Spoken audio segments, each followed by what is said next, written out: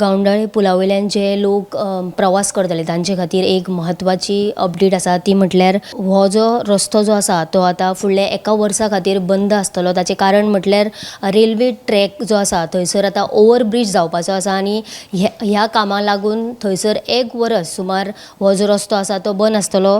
जाल्यार रस्तो जो आसा फिशरमॅन ट्रेनींग सेंटर एला ओल्ड गोवा तो डेम्पो फुटबॉल ग्रावंड हो जो रस्तो आसा तो फुडले एक वर्सभर बंद आसतलो। जाल्यार 25 फेब्रुवारी 2025 ते 19 जानेवारी 2026 मेरेन हो रस्तो जो आसा ह्या म्हणजे ओवर ब्रीज येता ताचे खातीर हे जे काम चालू आसतले ताचे खातीर एक वर्स सुमार हो रस्तो बंद आसतलो। जाल्यार जे सांखळे बिचोले किंवा वाळपय वचपी लोक जे आसतले तांच्यांनी हाची नोंद घेवची, कारण म्हटल्यार तांकां परतून येवपाक पडचें न्ही। जाल्यार हे जे आसा ते एक वर्स सुमार हो रस्तो जो आसा तो बंद आसतलो। गोमंतक टीव्ही खातीर हांव वर्षा आश्वेकर।